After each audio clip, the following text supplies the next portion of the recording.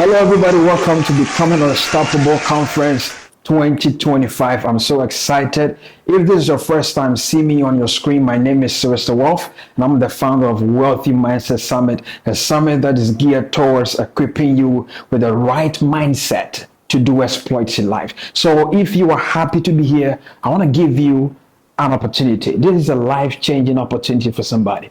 I want you to share this link to five people that you really care about, people that you believe that this conference is going to equip them, people that you believe that this conference is going to empower them, is going to place their mind on the runway of becoming unstoppable. I can't wait to see you becoming unstoppable, and I believe that you can also wait for your family members that are going to connect tonight, your friends, your loved ones that are going to connect tonight to become unstoppable. So I'm so excited, you have no idea. If you are excited just as I am, I want you to type in the comment section, I am becoming unstoppable. I am becoming unstoppable. I want you to think about this. There are so many things that have stopped you in the past, but this is an opportunity for you to define what has stopped you and to identify it. Because I believe that there are 5 stages for transformation. Are you ready for it? Number 1 is called awareness. So awareness is where you sit down and you ponder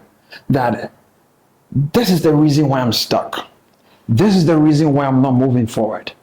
This is the reason why my business is not moving forward. This is why my relationship is toxic. This is why my relationship is not becoming better with time.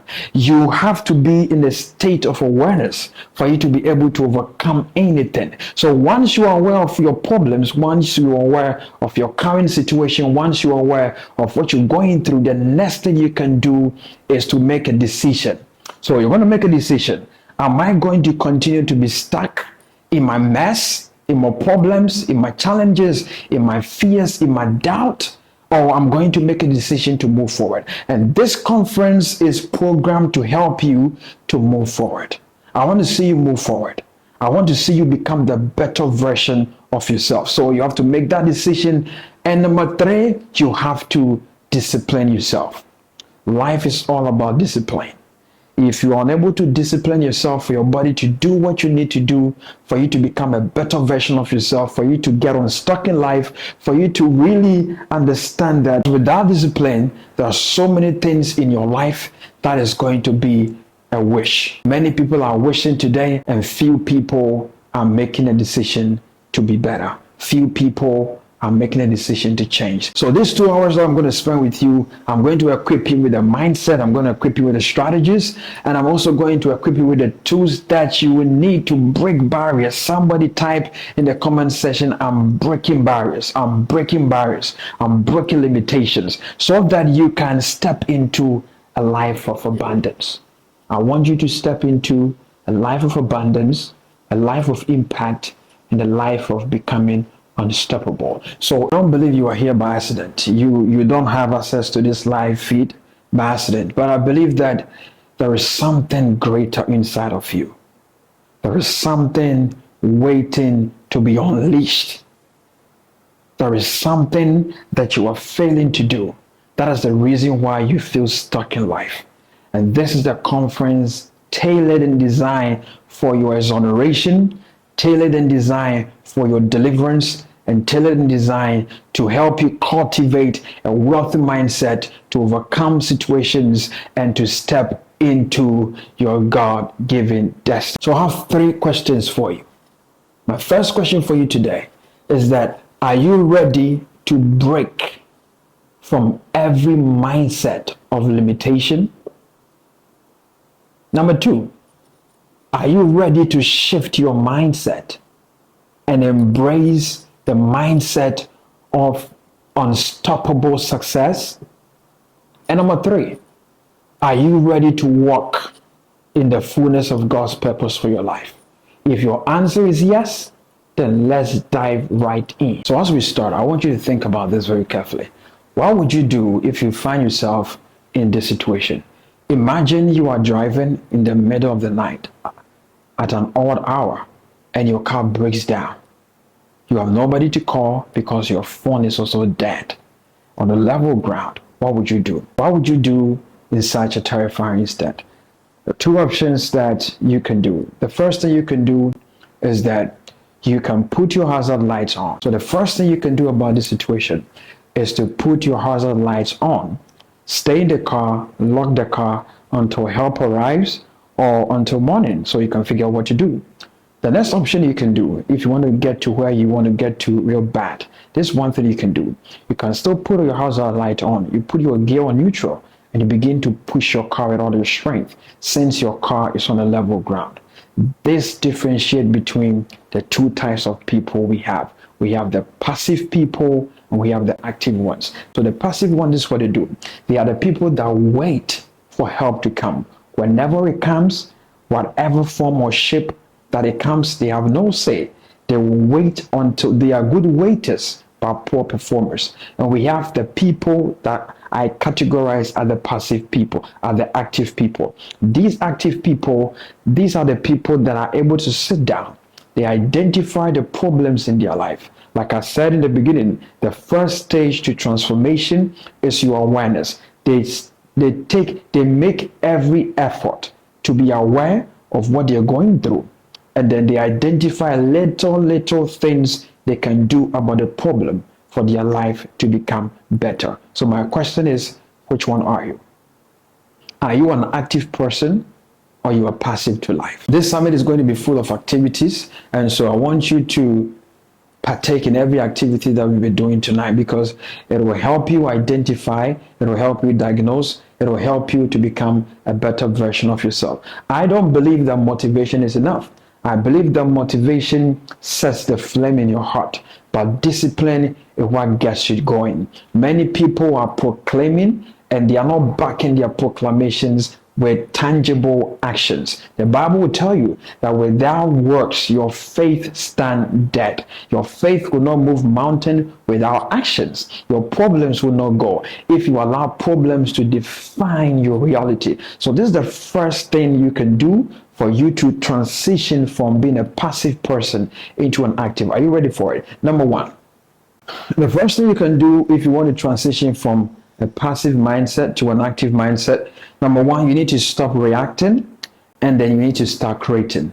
Passive people, they wait for opportunities or they seek for permission to act, whilst active people, they are very proactive and they create opportunities and they take charge of their lives. Until you tell a passive person to lose weight, they don't want to do it because they don't know how detrimental it is to their health. Until you tell a passive partner that what you are doing is affecting the health of a relationship. So I want you to do A, B, and C. I believe in guidance, but I believe in your inner spirit speaking to you that this is the nature of your reality. So the earlier you do something about it, the better. They are just looking for opportunities. They are looking for, even though they might not have everything together, they might not have all the resources together, but they are always looking for opportunities. They are looking for opportunities. And in this world, until you search, you will never find.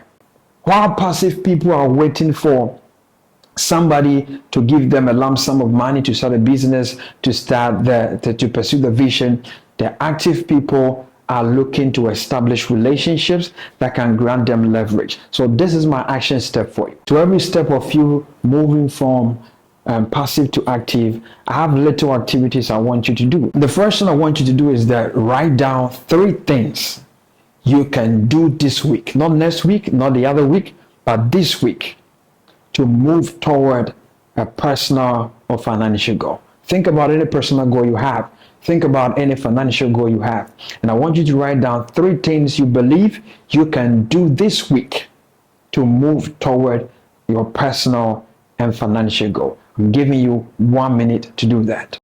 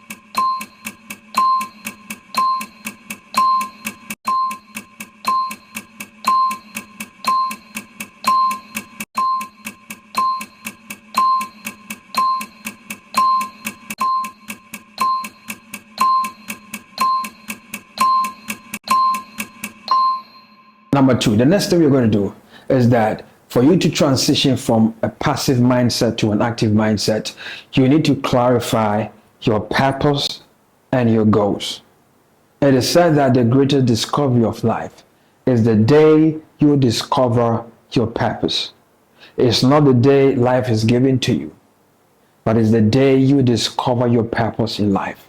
You need to make up your mind that any goal that I want to pursue, I will clarify and I'll be specific.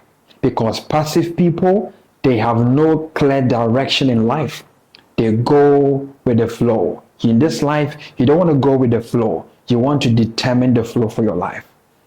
So active people are busy setting clear goals, tangible goals, measurable goals, and they pursue them every day. While passive people, they're just waiting. They're just waiting. So I want to give you an activity, very simple one, that I want you to define one big goal for 2025. Just write one big goal you have in your life in this year, 2025. What is it? Is it a goal about your health? Is it a goal about your finances? Is it a goal about your business? Is it a goal about your spirituality? Is it a goal about your spouse, your children, whatever? I want you to define one simple goal. It can be one word. And once you define it, I want you to break the goals into simple chunks of actionable steps. Break it down. Break it down to the simple thing. In other words, imagine, so whilst you're listening to me, make sure you answer the question. Write it on a sheet of paper. You can type it on your notepad. But imagine that you want to become a very spiritual person. You want to be able to discern the voice of God. You want to be able to understand when the Spirit is speaking to you. That is your goal. You want to be spiritual. How do you break? I want to give you an example. How do you break that into actionable steps? This is what you can do. You can define it by saying, my goal is to become spiritual, number one. Number two, how do I break this down into actionable steps? I want to teach you how to do that. You can write that I want to pray 30 minutes every day.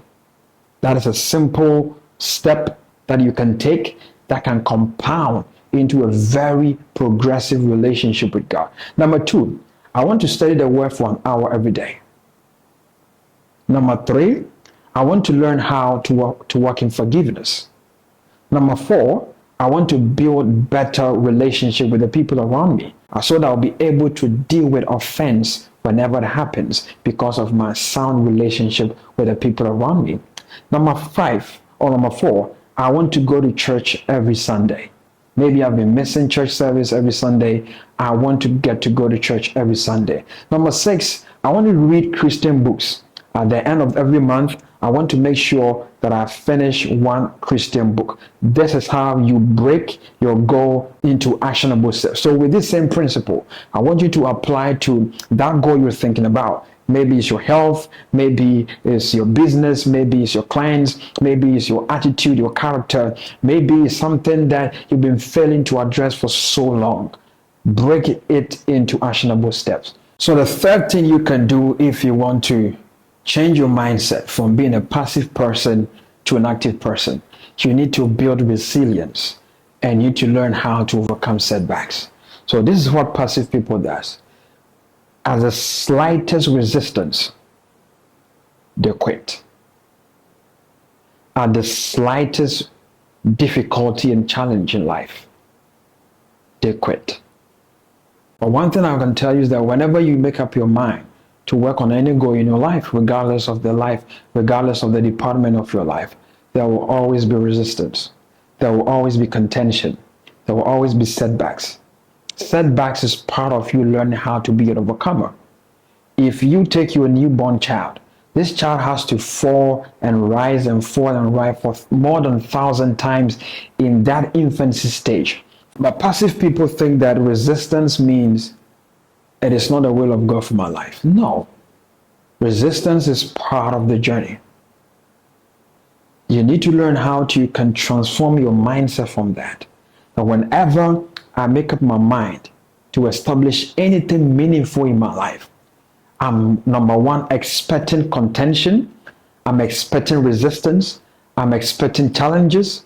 and I'm expecting difficulty. Be in expectancy of difficulties so that you can develop the resilience to overcome difficulty. This is what active people do. They see challenges as a learning curve or learning experience.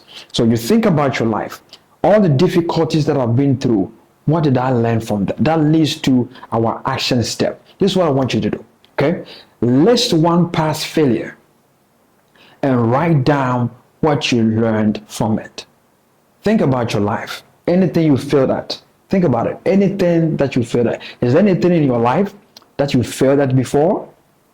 I have failed in so many areas of my life. I want you to write down what you learned from that failure. What did the failure teach you? Did it teach you how to be more patient? Did it teach you how to be more forgiving? Did it teach you how to be more considerate? Did it teach you to be how to be more hardworking? Did it teach you to be more strategic in your ways? What did you learn from your failure?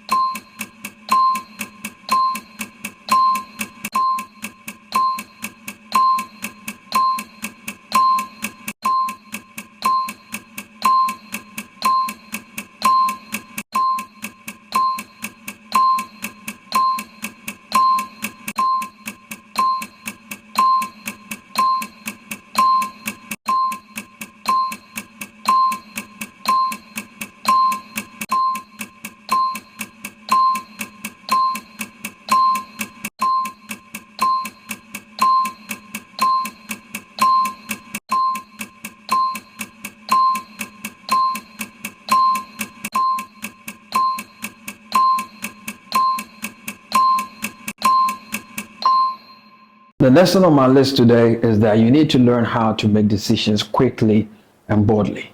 This is how passive people choose decisions. They hesitate, they will think, and it leads to missed opportunity. How many opportunities have you missed in your lifetime because you hesitated or you spent too much time to overthink about that problem or that situation? Active people, one of their hallmark is that they make decisions quickly with confidence and they adapt when needed. The will of God for your life is not to overthink problems and to overthink things. The will of God for your life is that you will have a good relationship with His Spirit in you so that He will give you access and privilege to make kingdom destiny defining decisions. If you are listening to me and you are like, what are you talking about? I'm talking about God putting an ability upon you so that you can make decisions quick. Because sometimes the difference between a loser and a winner is the person that made the first decision. Think with me for a moment. The story about Jacob and Esau. When Isaac wanted to bless his sons, the first person that made a move got a blessing. Sometimes your blessing is in your ability to make a quick decision. You are in a boardroom and you are expected to make quick decisions. You are in the middle of a situation and you are expected to make quick decisions. When you wait and wait and wait, you get to a point where you lose the urgency to deal with situations in your life and you lose the fighting power to overcome challenges. So my challenge to you is that one of the things you need to harness in your life is to learn how to make quick decisions. Because your indecision is also a decision. And the more you wait, the more time passes by. And I understand the concept of patience. But sometimes people overwait. I know somebody that is so gifted and talented in so many things. But this person is always waiting for the right moment to act. That is the mindset of passive people. They are waiting for the right anointing. They are waiting for the right podium. They are waiting for the right exposure. They are waiting for the right influence and relationships for them to act, and in the end they never do anything. That is not going to be your story. You want to learn how you can make decisions real quick. and effectively, not making decisions based on emotions, not making decisions based on fear and doubt and unbelief, but making decisions in confidence. Confidence in number one, yourself and in God. So this is an actionable step I want to help you to do, and I'm going to give you 1 minute for that. So what is your action step? When it has to do with you learning how to make decisions quick. One thing you can do is that, so this is something that you can do. I want you to write this down. I want you to write one decision today about something you've been delaying. Think about your life. Is there anything in your life that you believe that you are delaying? I want you to think about that aspect of your life and write down one decision that you are going to make starting today. What decision are you going to make?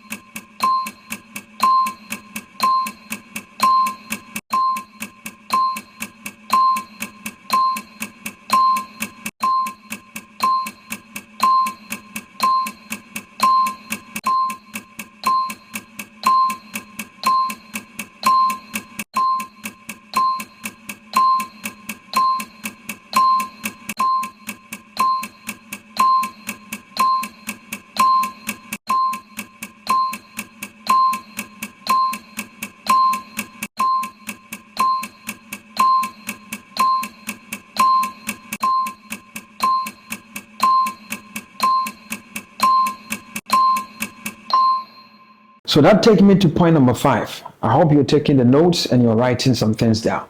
The fifth thing I can think about is that for you to move from a passive mindset to an active mindset, you need to learn how to be consistent and you need to be self-disciplined.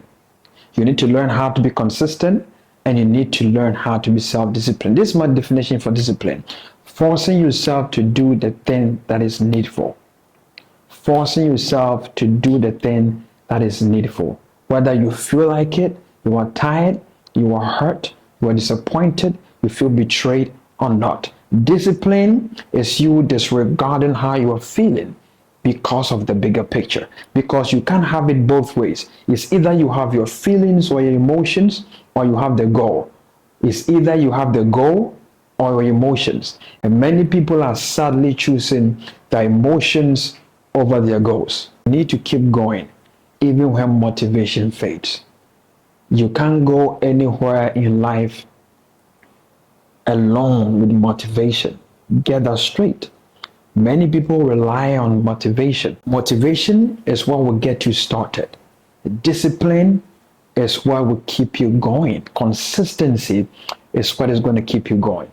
So one thing I want you to do, and I want you to write this as fast as you can. I want you to make a decision today on any aspect of your life, the main mountains of your life, your finances, your health, your relationship, your emotions, your spirituality, your goals, your visions, your ambitions in life. And this is what you're going to do. I want you to set a daily non-negotiable habit that aligns with that goal.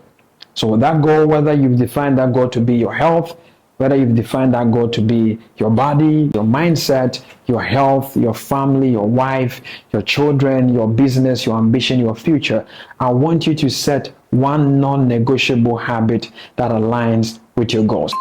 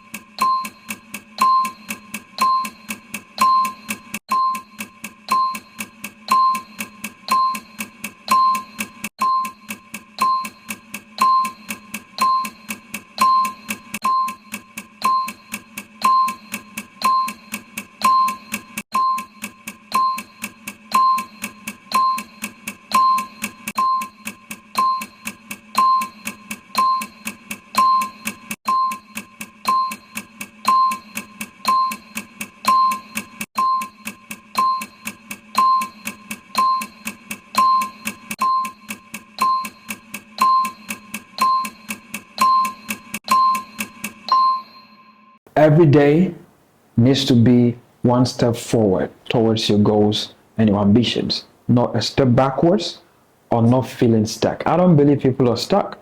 I believe that it's either you're going forward in life or you are retrogressing, because stagnancy is not progress at all. It's not progress. Sometimes people say the success is about luck. It's not about your talent alone.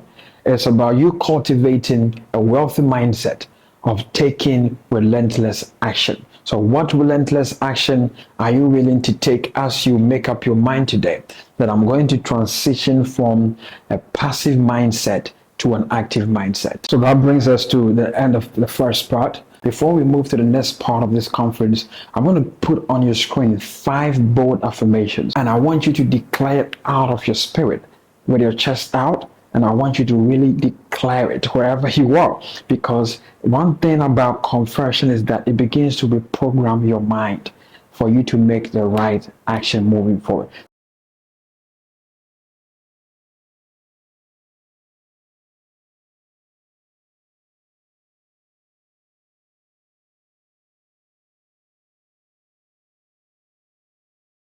So the next part of this summit, we are going to learn how we can move our mindset.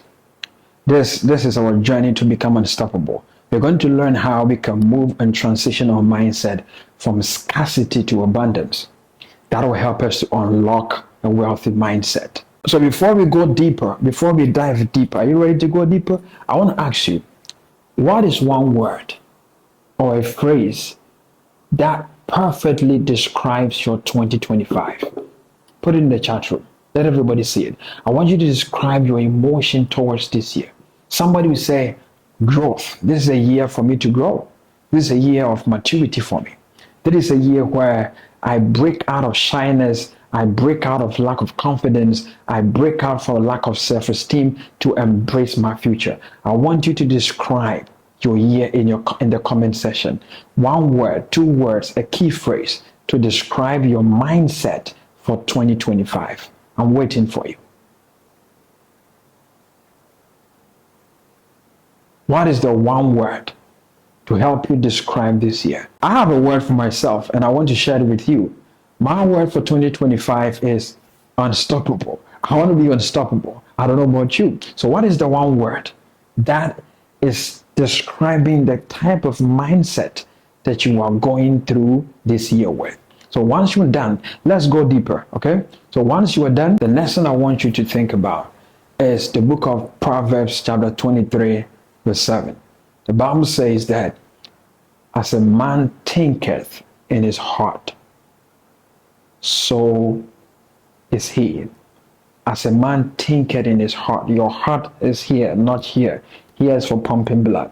As a man thinketh in his heart, so is he.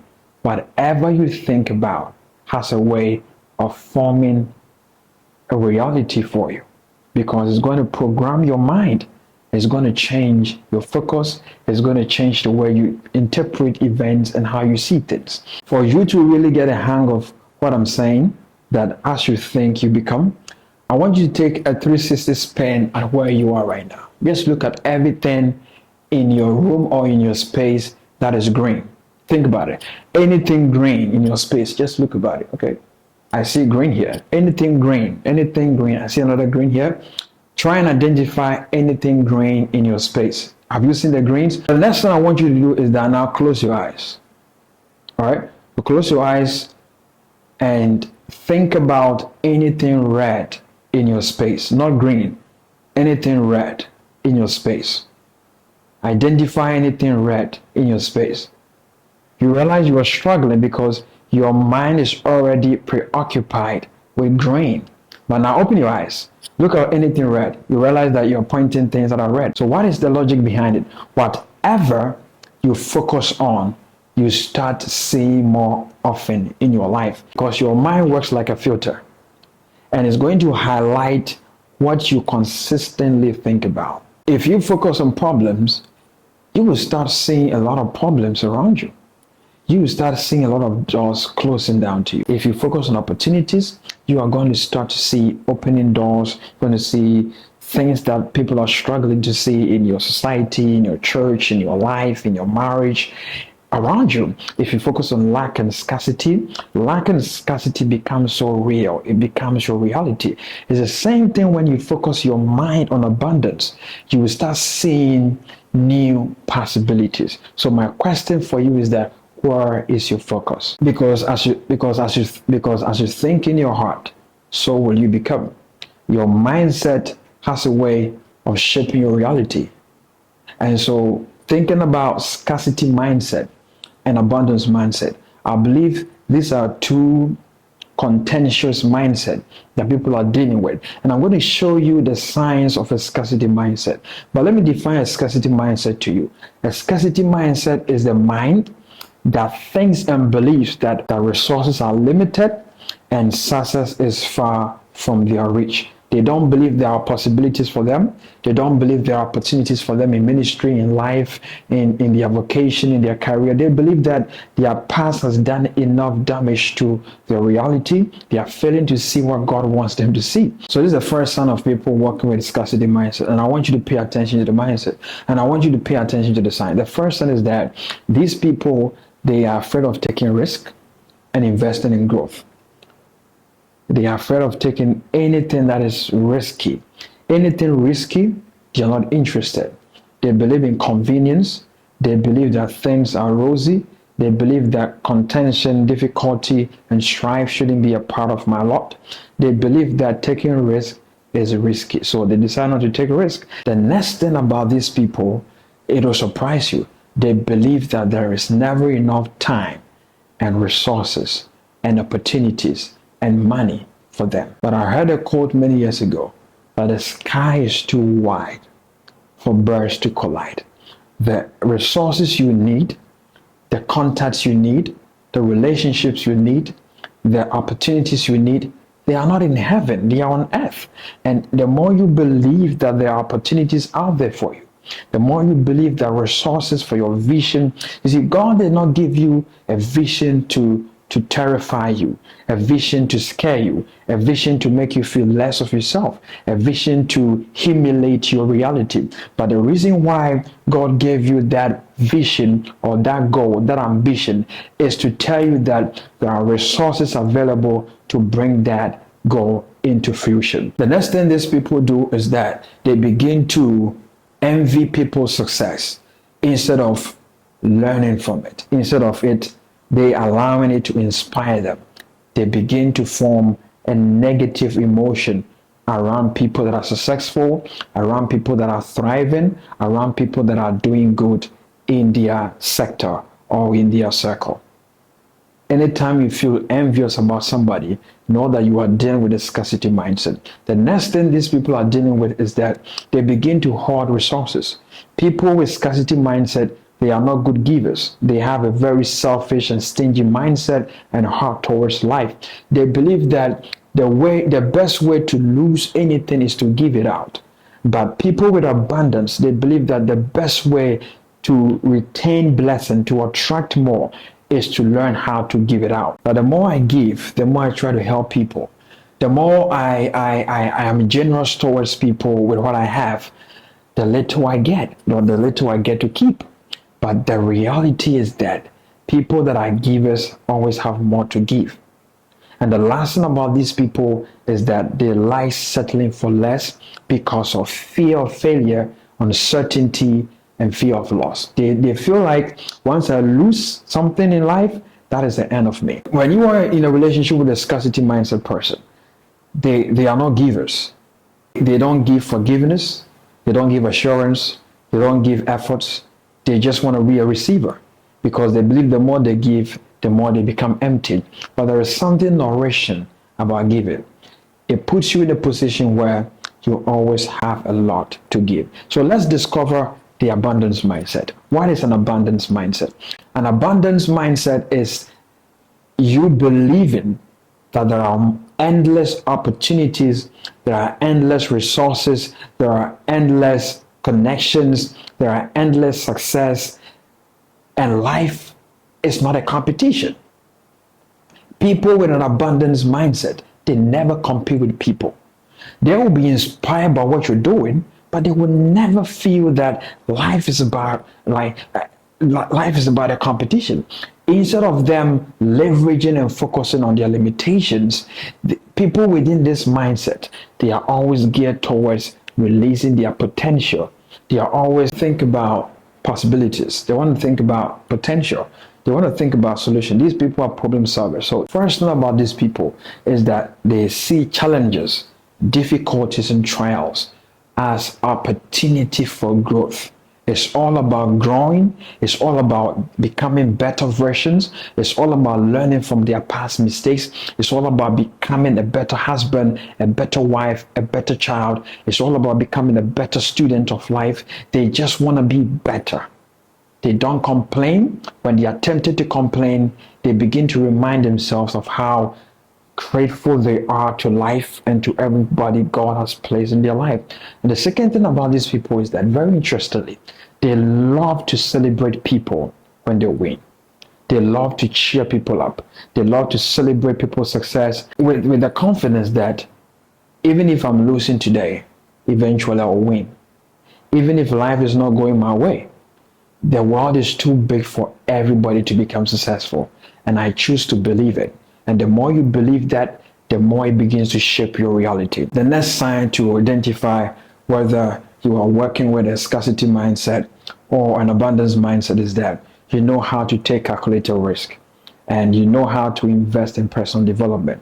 People that don't invest in themselves to be better, like I always say, the best investment you can ever get yourself into is the investment of yourself. You want to invest in yourself. You want to become a better version because there is a future that is ahead for you, but not this current version of yourself. So the next thing you want to do is that you want to learn how to take calculated risk, not uninformed. I'm not talking about uninformed risk just because you heard a business is booming or just because you heard this investment is very ripe. You just jump straight blindfolded. You don't even know anything about it. The next thing you want to do is that for you to thrive, because the goal is to help you transition from scarcity to abundance. What you can do is that you need to practice generosity, knowing that giving leads to more blessings. That is a mindset that you need to have, that I don't lose because I give. I lose because I hold back. And I don't lose because I give. I get more because I give. When I choose to hold back, it means I'm subscribing for lack and insufficiency. That leads me to the last point, that you need to have faith in endless possibilities instead of you having faith in scarcity, never enough, and insufficiency. Because the more you have faith that this lifetime has a lot to offer. There is so much this life has to offer. And many people are living as a proof and a testament that indeed, if you change your mindset from scarcity to abundance, there are going to be more opportunities. You're believing that even though my business has not skyrocketed, I'm not on the first top 5 companies that are doing well, but I believe that this world is too big for my business to be better. This world is too big for my business to thrive. That the world has billions of people, and out of the billions of people, I believe I have customers in there. So I'm going to be hopeful. I'm going to be optimistic. I'm going to pray about it. So I'm going to have faith in that. So how can you transition? How can you transition from the scarcity mindset to abundance mindset? This is the first thing you want to do. You need to start rewiring your mind. You need to start rewiring your thinking. You need to start replacing the negative thoughts with positive ones. For instance, you need to cultivate the habit. You can write it on sticky notes in your car, on your mirrors, wherever you can see it. You need to start affirming positivity, that I believe that there are greater opportunities for me out there. I believe that every resources I need to establish my business is going to find me, is going to locate me. That even though I have a bad and a terrible history about relationships, I believe my person is out there and I'm going to find my person. I believe that even though I'm not excelling in my business, in my spirituality, in my relationship with God, I believe that with time, with consistency and discipline, I am going to get better. So you need to start with wiring your mind. You need to start with programming your mind, because nobody was born believing in anything. The next thing you want to do is that you need to practice gratitude. Gratitude is an application for more. The more you are grateful for the things you have, the more you expose your heart, your mind to attract the things you don't have. The more you thank God for what you have, the more He opens the heavens to order your steps into the things you don't have. Because many of the things you are having today, you didn't have them 5 years ago, you didn't have them 2 years ago, but now you have it. So why don't you celebrate what you have? And the easiest way for you to walk in gratitude is to start identifying and acknowledging the things you have rather than the things you don't have. We are going to go into details with that statement in the next part. So let's go to the next step. The next thing you want to do is a very intentional step. You want to surround yourself with people with abundance mindset and not scarcity mindset. My spiritual father said to me some time ago that your relationship determines your nutrition. So if you don't like what you're becoming, change what you are eating or change who is feeding you. It's very deep. If you don't like what you are becoming, the woman that you're becoming, the man that you're becoming, the son that you're becoming, the daughter that you're becoming, change what you are eating or who is feeding you. For you to transit from scarcity mindset to abundance mindset, you need to be very intentional about your circle. I believe this is one thing that many people don't pay attention to, because I'm like, or I can be in the midst of negativity and I can still remain positive. I can be in the midst of fire and not be burned. You are not fireproof. Nobody's fireproof. If you get closer to fire enough, a long time enough, you will eventually be affected by the fire. People that believe in better future, people that believe in the potential you have, people that believe in the better days ahead, people that believe that there are so many opportunities out there. Many young people, they finish college, they come out of school, and the mindset is that there are no jobs out there, there are no opportunities out there, and I need some corrupt way to make money. But the more you think that, the more that becomes your reality. That leads me to the next step. Are you ready for it? That you need to take bold action. Starting from today, you need to start taking action. Motivation without action is frustration. Encouragement without action is frustration. Having the right people around you without action is frustration. Rewiring your mind without action is frustration. Life is all about you taking action, doing the right thing at the right time. And the last thing is that you need to trust in God's provision. You need to really trust in God's provision. You need to live life believing that God has better plans for you. God has better plans for you. And the more you stay committed to Him through His word, through prayer, He has a way of ushering you into dimensions of untapped wealth, dimension of untapped favor, dimension of untapped breakthrough. You need to live your life believing that my God shall indeed supply my needs. The right connections are coming, the breakthroughs are coming, the strength is coming, the grace is coming, the promotion is coming, the good health, vitality is coming, the right people, the burden bearers, the divine connectors, the people of influence, they are coming into my life. So we are done with the second part. I hope you are enjoying this summit. And I want us to do a quick activity for our breakout session for section 2 before we go into section 3 or part 3 of this summit. Are you ready? So I'm going to ask you a series of questions. So as I ask you the question, I'm going to give you 1 minute for you to answer the question with sincerity and honesty. Are you ready for it? So this is the first question. What's the first question? The first question is, what is a dream or goal that seemed impossible at one time in your life, but is in your life today? What is one thing that you thought you would never accomplish? One thing you thought you never have, but now you have it and you see it every day when you wake up, and it's right in front of you.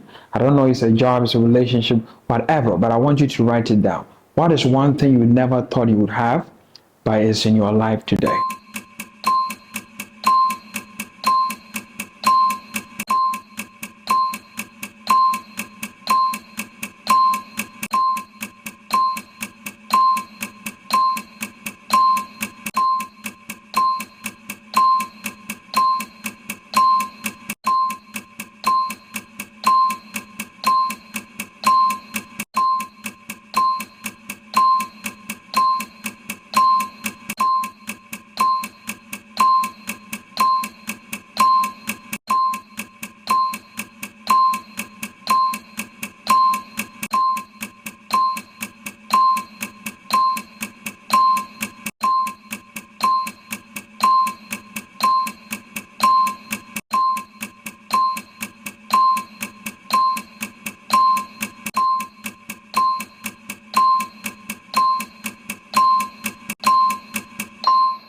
So our next question, question number 2, are you ready?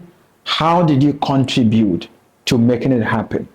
Based on what you've written in question 1, how did you contribute? What input did you make? What contribution did you make in bringing that goal into manifestation? What did you do? What part did you play? There's always a part you play when it has to do with fulfilling dreams, when it has to do with fulfilling desires, when it has to become a better version of yourself. What part did you play in that?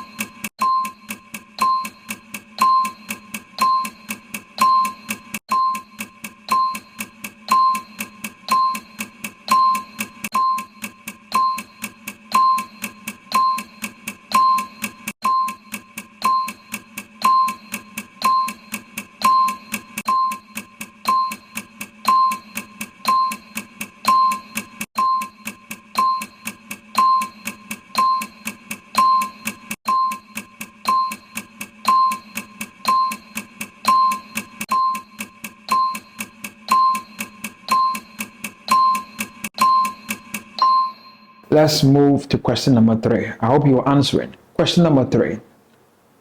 Which parts of your life or what areas of your life do you think needs to go to the next level? Which area of your life do you believe that it needs to go to the next level? My health, my finances, my mind, my emotions, my spirituality, my work with God, my relationship with people. I believe it needs to go to a different level, Sly. And I want you to write it down. You can write 2 areas, you can write 3 areas, you can write 4 areas, you can write 5 areas. But what are the areas of your life today that you believe that needs to go to a different level?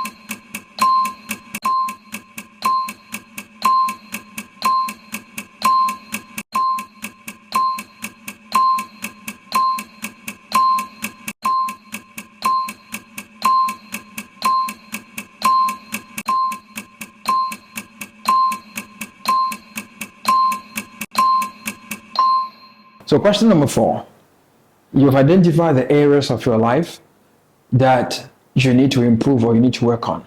My next question to you is that, what are the actions you believe will take you there? What are the actions you can start doing today? Please write it down. That you believe that based on the goals that I've established in the previous question, based on the areas where I really want to work on in my life, these are the things I believe when I do, I will get there. 60 seconds for that too.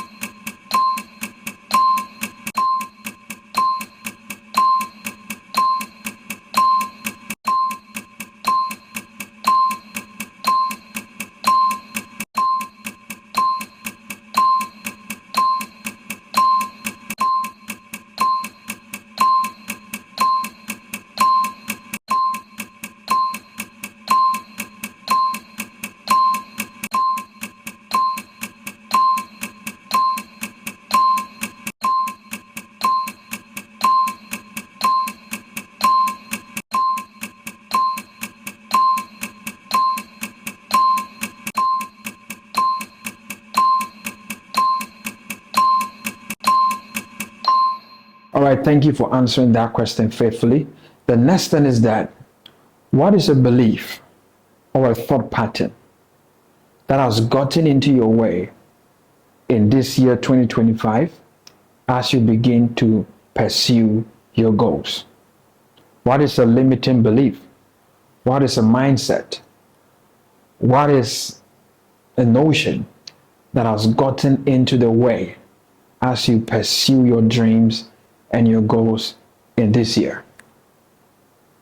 For some is fear, for some is doubt, for some is unbelief, for some is the mindset of scarcity, for some is hatred, is pain, for some is their inability to move on with the past. What has gotten into your way? I know you know that anytime you feel this, anytime you think about this, it sets you back in life. It makes you feel stuck. So what is it? Write it down.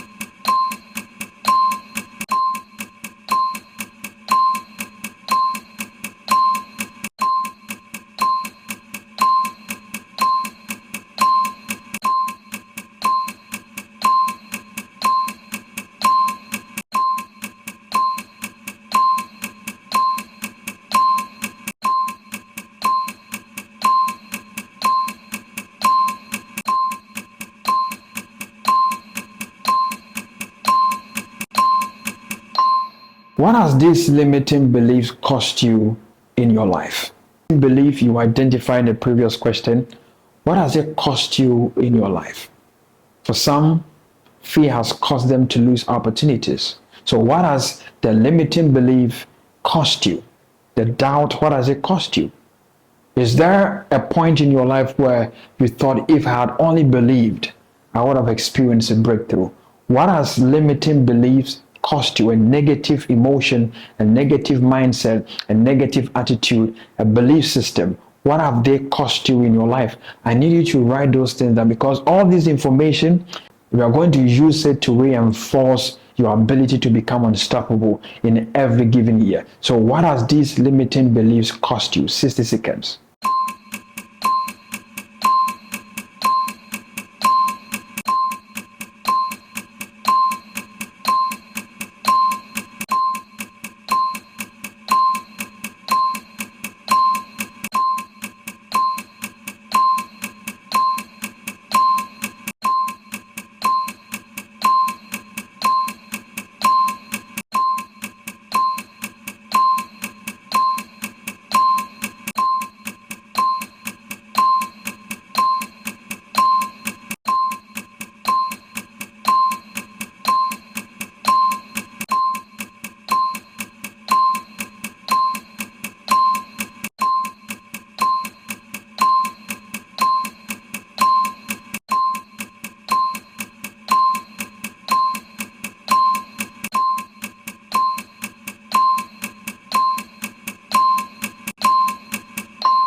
What are the opposites? Okay, what is the opposite word or the opposite phrase of those negative and limiting beliefs. Write it down as well. So whatever you wrote in the previous question as an answer, what is the opposite? Because it's a negative. What is the positive version of what you've written down? The opposite of doubt is belief. The opposite of fear is faith. Faith in yourself, faith in God, faith in possibilities, faith in good things happening to you. The opposite for fear is what? Is faith. The opposite for scarcity mindset is abundant mindset. The opposite for complaining is gratitude. So what is the opposite for the limiting mindset or the beliefs that you've written in the previous question? 60 seconds.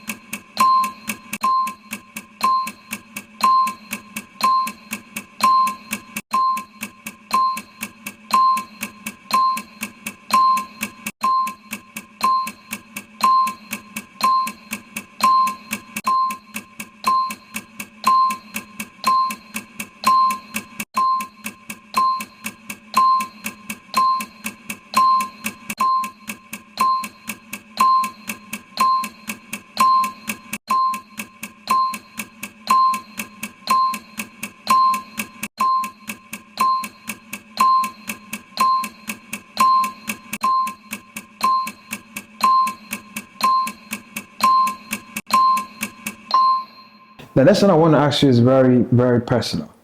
What are the words you use on yourself? The words you use on yourself when you feel frustrated, when you feel you are angry, when you feel these negative states or this negative emotion in your heart. What are the words you use on yourself? Some people, they become very self-judgmental. They begin to call themselves names. Some people call themselves names. And that is what happens to them when they get themselves into any negative emotion. They tell themselves, I'm not good enough. I can never be better. There is nothing good happening to me. So what are the things you say to yourself? I'm not pretty. I'm not beautiful. Nobody likes me. I'm not enough. I'm not gifted enough. I don't have talents. I don't have help. Nobody loves me. What are the things you say to yourself when you feel frustrated, when you feel like you are in a negative state, when you feel angry? 60 seconds.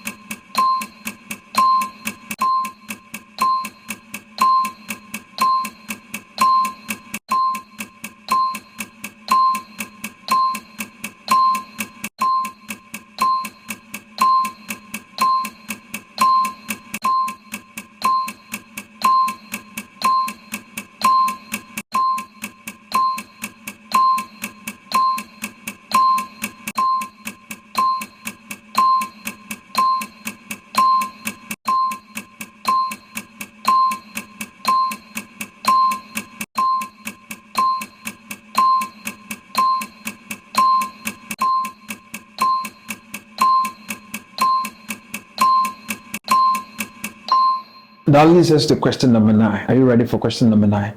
I want you to come up with 2 or 3 words or phrases, whether it's funny, whether it's ridiculous, any phrase you can think about to replace the things you say to yourself. Well, let me give you an example.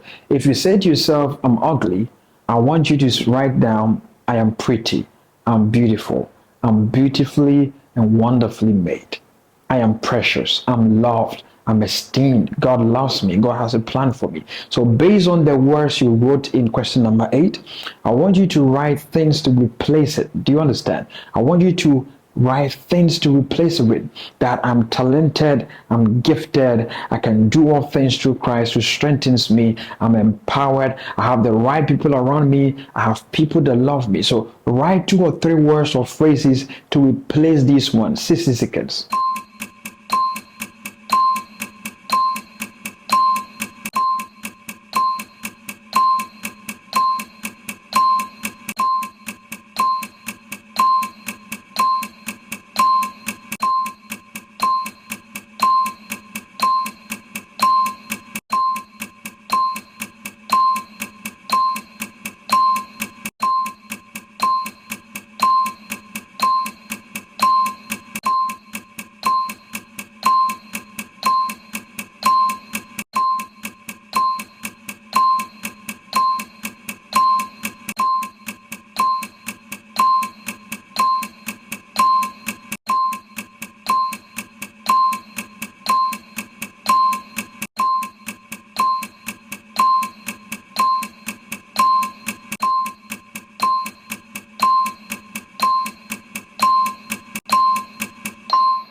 So my next question is, I want you to write down things happening in your life today or currently that you have control over. Things you can control.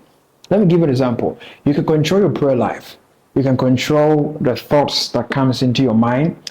You can control who you choose as a friend.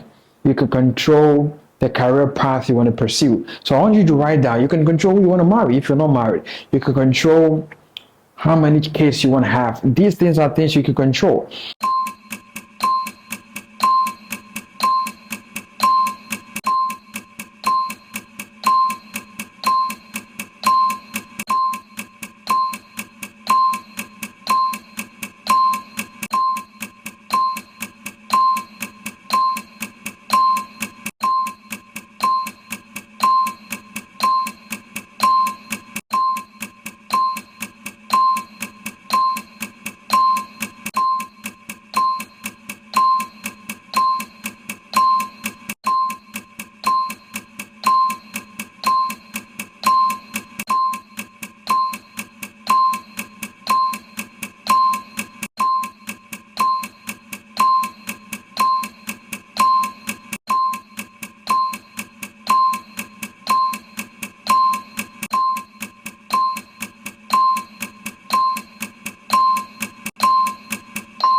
The last question is, I want you to write down things you cannot control. No matter how hard you try, no matter how much positivity you have, you can still not control these things.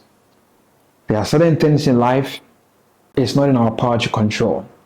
So the more we try to control the uncontrollables, the more anxiety we are stricken with, the more hopeless we become, because we feel helpless, we feel hopeless, and we feel like there's more I can do, but it seems like I can't do anything. There's more I can do, but it seems like I'm not accomplishing anything. That is because you're trying to control something you cannot control. So write down things you cannot, regardless of how hard you try. You can never control. You can't control who disrespect you. You can't control who loves you and who hates you. People will love you. People will hate you. It's a choice. You can't control that. You can't control how your boss will relate to you. You can't control how your spouse will relate to you. You can control how you relate to people, but not how people will relate back to you. So write down things you can't control.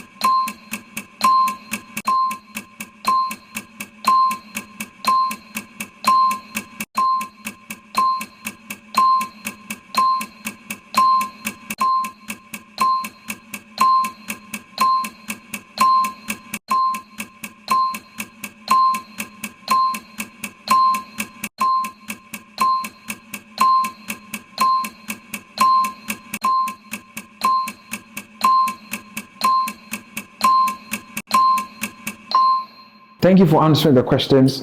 And this is what I want you to do with the answers. After here, I want you to study. I want you to sit down and study the answers, and I want you to make actions based on the answers. I want you to form an action calendar based on the answers you gave. These are not answers I gave you. These are answers, honest, sincere answers that you gave yourself. So I want you to sit down and formulate an action calendar based on the answers. So now you know so many things about you that is going to help you become unstoppable this year. That leads us to the last part of this summit. If you are still with me, if you are still enjoying every gem and every knowledge, every practicality of this summit, I want you to rush straight into the comment section and type, "I'm becoming unstoppable." I am becoming unstoppable. Scream at the top of your lungs wherever you are, "I am unstoppable." You are unstoppable. Nobody can stop you, girl. So let's move to the last part of the summit. Are you ready for it? And I want to start with a question. Where is your focus? Where is your focus? Because the law of focus says that wherever your focus is, we spoke about focus earlier today. That the law of focus says that wherever your attention is, or wherever your focus is, that area begins to experience massive and drastic growth. Whatever you focus on, you begin to direct your thoughts. You begin to direct your energy. You begin to direct your attention toward. And that thing begins to grow, and that thing ultimately shapes your reality. So my question to you today is, where is your focus? Where is your focus? Because your mind works like a magnet. Like we mentioned before, it works like a magnet. And whatever you focus on, you attract to you. The law of attraction is real. Job says something, that what I'm afraid of the most has happened to me. What you are so afraid and anxious about has the propensity of happening to you, because it begins to cripple your ability to break out of the mold, your ability to become unstoppable, your ability to overcome challenges and crises. It forces events to play out in your mind. That is why one of the things you should never joke is the faculty of your mind. You should never joke about the faculty of your mind, because it has a way of turning your reality around. How it happens, nobody knows, but that is the order of things. And be intentional about the things that you feed to your mind. Number two, what you see becomes your reality. God told Abraham, as far as you can see. And now God is telling you through this summit that what you see. If you see lack, chances are that you experience lack for so many years until you begin to see abundance and sufficiency. If you see weakness in your body all the time, you begin to confess that I'm always weak. All of a sudden, your mind has a way of taking energy out of you. If you believe and you focus your mind on opportunities, you begin to see opportunities wherever you go. If you believe in obstacles, you begin to see everything as obstacles. That's how it works. How you think will determine what you see, and what you see becomes your reality. The third law about the law of focus, are you ready for it? That your energy flows where your focus is. Wherever your focus goes, your energy flows. Wherever your attention goes, your energy flows. The more your attention is given to something, the more power it has over your life. The more attention you give to depth, the more power depth has over you. The more attention you give to negative thoughts, the more power negative thought exerts on you. The more attention you give to all kinds of feelings of insufficiency, the more insufficiency takes the better of you. The more you believe in your inability to rise above situations, the inability of God stepping into your situation, the inability of life turning out for your good, for situations turning out for your good, the more you begin to experience that reality, because that is part and parcel of the law of focus. Wherever your feelings are, that is because you fix your attention on it. That leads me to a very interesting question for you. Are you ready for it? And I want you to be very honest and blunt to yourself. What are you focusing on? Number one, are you focusing on what's missing or what you have? Most of the times when you enter into your room, do you focus on the things you have, or you keep thinking about what you don't have? This place that I am, I see wall hangings all over the place. I see a black curtain, and I see books on my shelf. So if I enter this space and what I'm thinking about is what I don't have, one thing I don't have in this space is an aquarium. So do you know what will happen to me when I enter this room and the only thing I think about is what I don't have? I have everything, but I don't have an aquarium. The more I begin to think about that, the more it makes me ungrateful. The more I disregard and I become indifferent about what I have. So my question to you is that, what do you focus on? What is missing or what you have? What do you focus on in your life? For somebody watching this live right now, or whether you're watching as a broadcast, maybe you're not married and you're thinking about, oh, who am I going to marry to? When am I going to get married? And what should I do to find the perfect person for me? You are missing the point. You are single for a moment, for a season, for a reason. And God wants you to put leverage on this season to develop yourself. Because the best thing you can give to whoever you're going to marry to is your best whole self. Your best self and your whole self. You don't get married to be complete. You are complete and you go into another atmosphere of completion and you guys turn the world around. Some of you, you don't have the finances for the business. So all that you're thinking about is how can I, it's good for you to think about that. It's good for you to think about it. But one thing you need to understand is that the more you focus on what you don't have, the more you become ungrateful. The more you focus on what you don't have. It's a principle. So my next question, we are still on the things you focus on.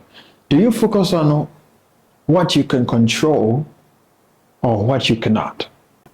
If you are here, you're watching me, and most of the times you focus on, we just did an exercise about what you can control and what you cannot. I want to show you what you can do with that. Because the more you focus on the things you cannot control, you become unhappier. You become very sad. You become very moody. You lose focus in life. You're unable to focus on your children. You're unable to focus on your health. You're unable to focus on your finances because you are so consumed with what you can control. You can't control your body getting sick. You can eat the right food. You can take communion. You can be healthy. You can take 1,000 steps, 3,000 steps every day. But you can't control because your body eventually at some point will get sick and you can't control that. Except maybe you are actively participating in your body getting sick. There are certain things you cannot control. So once you find yourself in certain situations or anytime you wake up from your bed, what do you focus on? The things I can control or the things I cannot? My third question for you is that what do you focus on? Is it your past, your present, or your future? What do you focus on the most? Your past, your present, or the future? Your past is gone. There's nothing you can do about it. You can learn from your past, but you can't do a time travel into your past to change events. Your present is a gift, and how you handle the gift of today will determine how flourishing your tomorrow will be. So my question is, what do you focus on? Is it your past? Is it your present? Is it your future? So here's the key. The question number one, I ask you, what you're missing or what you have? And this is what you do. You focus on what you have and work towards getting what you don't have. So what you don't want to do is to focus on what you don't have at the detriment of what you have. Many people focus on the 10% they are lacking and they neglect the 90% they have. Question number two, what do you focus on? What you can control or what you cannot control? And the answer to that is focus on what you can control. If you want to be healthy, if you want to be happier, if you want to be productive, if you want to experience all the blessings, the abundance that God has put in your life today, you have to make a conscious, deliberate, determined effort that I am going to focus on the things I can control. The things I can control. I can control my prayer life. I can control my circle, the person I say yes to in the hand of marriage. I can control my mindset, my emotions. These are the things I can control. The things I can control, like the weather, like the economy, like the government, like unemployment rate, the things I cannot control, I will not spend my time trying to change it because you cannot. Only God can change the uncontrollables. And number three, what do you focus on the most? Your past, your present, or your future? And here's the key. You focus with the past, you focus on the future, you focus on the present. So this is how you handle that one too. Never focus on your past except you are trying to extract a lesson from it. Your past has a way of causing you to repeat the same thing over and over if you don't learn anything from it. The only thing you can learn from your past is the lessons it taught you. But this is what you can do also. You need to live a life that focuses on balancing your present and your future. You can't focus too much and excessively on your present that you don't make any effort about your future. And you can't also focus too much of your future and not focus in the present. You can't neglect both. So it has to be balanced out. It has to be balanced out. We're going to talk about the second key to becoming unstoppable. And that is you need to feed and strengthen your body, your soul, and your spirit every day. So essentially, I'm talking about you having three hobbies. The first hobby is to strengthen and nourish your body. The second hobby is to strengthen and nourish your soul. And the third hobby is to strengthen and nourish your spirit. Because you see, to become unstoppable, you must nurture all these three dimensions of your life, because your life is divided into three parts. You can't focus on one part and leave the other. I know some people, they're like so spiritual minded that they don't take off their soul and they don't take off their body. Because the Bible says that I wish above all things that you prosper, you'll be in good health, even as your soul prospers. So the prosperity is in three levels: your spirit, soul, and body. So I want to teach you how you can make a decision starting from today to feed your body. You're going to go your body, your soul, and your spirit. Are you ready? Number one, what are the decisions or what are the actions you can take today? Because for you to become unstoppable, you need to take care of your body. You need to nourish your body. So let's go through 5 things you can do today that can take your body to the next level. Are you ready? The first thing is that I want you to make a decision today that you're going to eat healthy. Healthy diet is very important because you have just one body. This is the only body I came on this earth with. I don't have a spare body there. Okay, so if I recklessly damage this body, you can't go and change your body. You can't go and say, hey, I know my body deteriorated. I'm begging you, please, can you give me your body for 1 week, for one? You can do that. So you have to make a choice of feeding your body every day with high nutritious foods. The next thing you can do is exercise. Exercise, exercise, exercise. There's no replacement for exercise.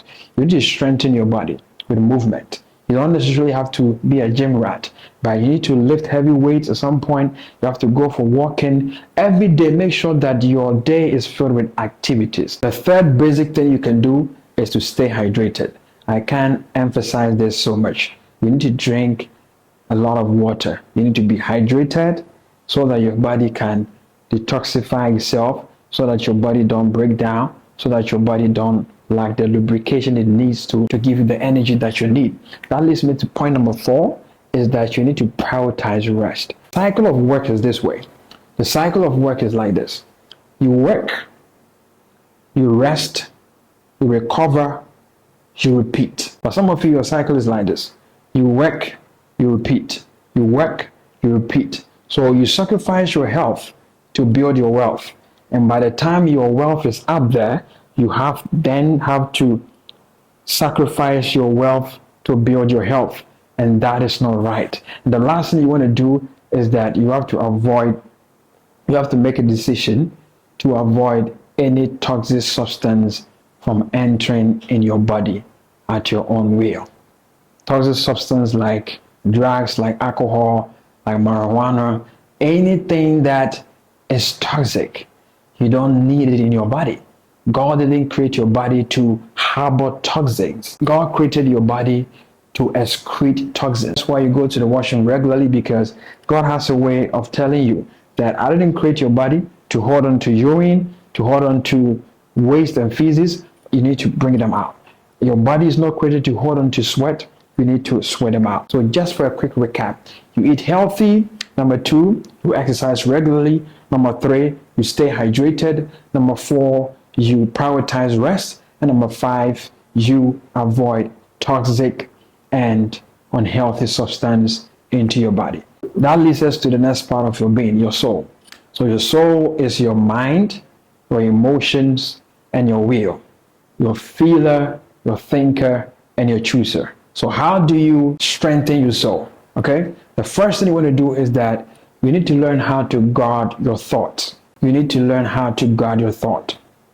The Bible says that whatever is true, whatever is noteworthy, whatever is praiseworthy, whatever is positive, whatever is edifying, whatever is purifying, whatever is delivering, whatever is empowering, think about these things. Philippians 4 verse 8. So the more you think about things that are so healthy, the more you guard your heart, the more you guard your thought. You have to be very intentional about the thoughts you entertain, because the more you entertain negative thoughts, the more you program yourself to failure. The next thing you want to do is read, read, read, read, read. Read, read, read, read. You have to be intentional about the information that you consume, because if you're not intentional about the information that you consume, it's going to consume you. Read on a daily basis, learn on a daily basis, expand your knowledge to grow. The more you expand your knowledge, the more you sound smarter, the more you sound stronger, the more you sound healthier, because learning is a curve that you should never ignore in your life. That leads me to number 3. You need to learn how to manage stress. Okay? You need to learn how to manage stress. And how do you do that? You do that by practicing breathing in and breathing out. Learn how to walk away from things that will hurt your emotions. Learn how to engage in activities that makes you happy. Learn how to engage in activities that takes the stress out of you. There are certain people, once you get off the call with them, you are so stressed out. And there's some people too, by the time you are done talking to them, you experience this new level of vitality and strength, motivation to go and conquer whatever has conquered you. The next thing you want to do is that you need to surround yourself with growth. You need to surround yourself with growth-minded people. People that want to grow. People that want to do better. People that sees you and see your potentials. People that are able to see what you don't even see. Sometimes in life, you just need somebody that is able to see what you can see for yourself. And these people can tell you what your strengths are, even when you don't know, because they are good and trusted people in your life. They want to see you win. They want to see you become better. They want to see you improve in your communication, in your finances, in your health, in your career. They're not envious of you. Whatever you are dealing with in life, they want to go through it with you. They want to help you come out stronger and better. These are the people you want to surround yourself with. Not people that drags you down, people that demotivate you, people that push you down. I had a friend, and anytime this friend sees me, he always points out something that is wrong about me. And I thought maybe he loved me, but I realized that he envies me. And so anytime he does that intentionally to dampen my spirit. So once I realized that this is the strategy of somebody that don't like me or pretends to like me, I distance myself from them. You need to surround yourself with people that are going to be direct with you when it has to do with the things you need to improve. People that will rebuke you. People that will instruct you out of love. People that want to see you become better. Not people that will advise you, I'll give up. People that will advise you that there's no point. Everybody is doing the same thing. But why is it that you want to do a different? Everybody is doing the same thing. So why don't you just follow? Why don't you work hard, pay your bills, you get married, you give birth, and you die? No, you need people that will tell you there's better things to accomplish in life than just working hard, paying your bills, getting married, giving birth, and dying. One thing you need to understand is that energy is contagious. People have a way of affecting you with their mood. They have a way of affecting you with their mindset. They have a way of affecting you with their circumstances. Stay in the room with people that are so negative for a very long time, you will come out negative. It's the same thing. You stay in the room with people with a lot of positivity, you come out edified, empowered, and positive. And the last thing you can do for your soul is that you need to express gratitude. Learn how to say thank you. Learn how to shift your focus from the problems to the blessings. Learn how you can shift your focus from the obstacles to the possibilities. Learn how you can shift your mindset from the lack and the insufficiency to abundance. Learn how to shift your mindset from setbacks to setups to a major breakthrough. These are the things you can do for your soul. And we are going to go quicker into the 5 things you can also do. So just for a quick recap, things you can do for your soul. You guard your thoughts. Number 2, you read and you learn daily. Learn to improve on your life. Learn to become a better version of yourself. Number 3 is you need to learn how to manage stress. Number 4, surround yourself with people that are growth minded. And the last thing you can do is to practice gratitude. So we are going to talk about the spirit for a moment. But before we do that, if you've not subscribed to this YouTube channel, please make sure you subscribe and make sure you share the link to somebody, even if we are in the middle. So the last part of your existence, that is your spirit. Your spirit needs to be strengthened because your spirit is the connection between you and God, between you and your Creator. So the more you strengthen your spirit, because it's a direct link to God, it helps you to strengthen your faith and your inner peace. Did you hear that? So these are the 5 things you can do to enrich your spirit daily. And number 1 on top of my list is pray daily. You stay connected with God in all you do through prayer. You go through your day through prayer. You commit your plans to God through prayer. You commit your family, your loved ones to God through prayer. You commit your future, your past, your present to God through prayer. A prayerless person has no connection to their source. And your source is God. And the more you are connected to your source, the more nourished you are to your spirit. And the next thing you can do following prayer is you studying the Word. Because the Word of God is the will of God for your life. You need to fill your spirit with biblical truth, biblical principles that will help you to walk on this earth successfully without complications that are beyond your fix-it, that are beyond resolution and beyond amendment. So the more you study the Word, the Bible tells you that the Word of God is a lamp to my feet and a light to my path. So if you want to walk in this dark world, you will need a light, and that light is the Word of God. The next thing you can do is to worship and fellowship. You need to engage in spiritual activities and communities every day through worship, through fellowship, going to church, having a faith-filled community that prays with you, that stands with you, that wants you to rise higher in your spiritual journey. The next thing you want to do is that you need to fast to seek God's presence and guidance. One of the way you can connect your pipe to God's flow of power, to God's inexhaustible flow of power, to God's inexhaustible flow of resources, direction, and clarity is through fasting. Because when you're fasting, you are making a decision to detach your body or detach yourself from anything sensual, and you want to tap into the supernatural. You want to tap into the spiritual. So the more you seek God through fasting and prayer, the more your spirit comes alive. Some of you, your spirit is dead. And the way you can revive your spirit is for you to go on a fast for rejuvenation and revitalization. And the last thing you can do to strengthen your spirit is to walk in faith and obedience. Because when you trust God and you follow His principles, you follow His direction, that is how you birth your purpose. There is only one person that determines purpose, and that is God.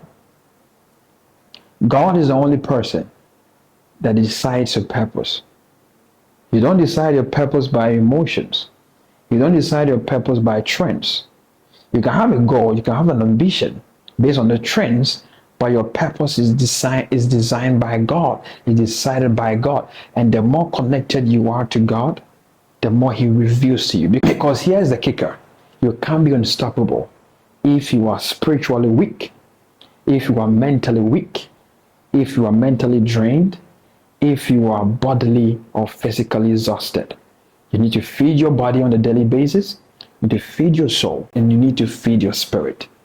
And that is how you usher yourself to live in abundance and strength and power and grace to overcome anything that wants to attack you in your future. That leads me to the last part. So the last part of this summit, we want to talk about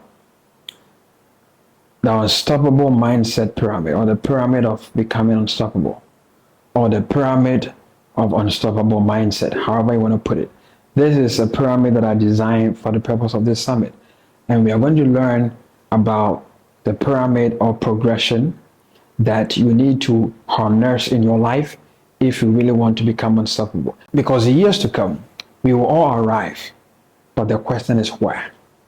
And where you arrive is determined by the things you are choosing to do today. Your actions have consequences, and the greatest of the consequences of your actions is to define your destination. You have the ability to change, and that is the beautiful aspect, that any day you want to change, you can. Any day you feel like you've been going in the wrong direction and you want to turn into the right direction, you can do it. Any day you feel like this person is no longer serving my future, they are rather dragging me back in life, I can make a decision today. You can make a decision today to dissociate yourself from people that are dragging you behind in life. So you have the power to change so much things in your life. And one of the things I know you have power over is the decisions you are making today. Because many people think challenging times and hard times, difficult times are reserved for a special group of people. And I realized that that is no, because what happens to the poor happens to the rich. What happens to Africa happens to Europe. What happens to Asia happens to America. What happens to you happens to me. It might not just be the same event, but disappointment happens to everybody. Delays happens to everybody. Nobody's immune to disappointment. Everybody in this lifetime will be disappointed at some point. Everybody in this lifetime will feel betrayed at some point. Everybody in this lifetime will have difficulties. Maybe the degree of the difficulty and the challenges may vary based on the person, based on what they have, the resources they are exposed to. But challenges and difficulties, they happen to everybody. The fact that you are going through things doesn't mean that God hates you. As a matter of fact, there is a saying that goes that God gives his strongest battle to his strong soldiers. Many things you are going through in life, it's not because you are special. And it's not because nobody has ever gone through it. There is no temptation, there is no problem, there is no challenge, there is no difficulty that is new to anybody. It's not what happens to you that matters, but it's what you do about it. How you handle the challenges, how you handle the breakup, how you handle the unemployment, how you handle the lack of finances, how you handle the problems. That is what really defines a person. Enough of the complaining and take ownership of your life, knowing that I can observe this pyramid and emerge above every problem I face. The first thing you want to do on top of my pyramid, you need to learn from personal experiences. I read a book some time ago by Jim Rohn, and he said that we all have a university of experience within us. In other words, the many things you've been through in life, they taught you the right way and the wrong way of doing things.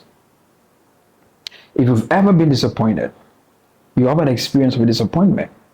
So in your present, when you are given a similar opportunity or similar event, you know that in the past, instead of me going left, I went right. And that's the reason why I experienced the disappointment. Or maybe you've ever been betrayed before. And so that experience of betrayal has informed you not to indoctrinate you for you to believe the worst in people, not that one, but you've learned a lesson. So in your life, you have different books that represent the several experiences you've had in life. You have books about disappointment in your mind shelf. You have books about delays in your mind shelf. You have books about bad relationships. You have books about right relationships. You have books about personal development. You have books about every experience you've had in life turns into a book in your shelf. And this is what you do. This is what you do. You learn from it. You learn from your failure as much as you learn from your success. You learn from your defeat as much as you learn from the exaltation moment. You learn from the setbacks as much as you learn from the breakthroughs. So when you are a person that learns from your personal experience, there are certain histories that you will never repeat. Next on the pyramid is that you need to learn from an outside voice. Because I believe that everybody needs some coaching. You need some coaching because anything you want to become, someone has already become. Anything you can think about. You want to be a good writer, you want to be a good singer, you want to be an impeccable athlete. Everything you want to become in this life, somebody has already become. So why don't you want to accept guidance? Why don't you subscribe to mentorships? And the most affordable mentorship is books. The books people have written about your lives. Somebody said, it will take you 50 years for you to scale your business. So in my journey as an entrepreneur, I've compiled all the lessons I've learned in establishing the business you want to go to. So this is what you want to do. You want to learn from the principles and the wisdom engrafted beautifully in this book. You want to grow spiritually. You want to become a good mother. There are books on anything you want to become in this life. You need an outside voice. You need to subscribe to the voice of the Holy Spirit if you're a believer, so that he can guide you on the path. You need some guidance. You will ever need some mentorship. You will need some voice, whether the voice is coming from your parents, from trusted advisors, or people that are where you envision your business, your marriage, your health, your body, your finances to get to. The next thing you want to do on your path and your quest to becoming unstoppable is that you need to learn how you can leverage on people's experience with failure.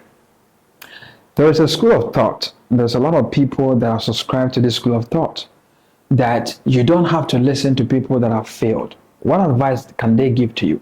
After all, they failed.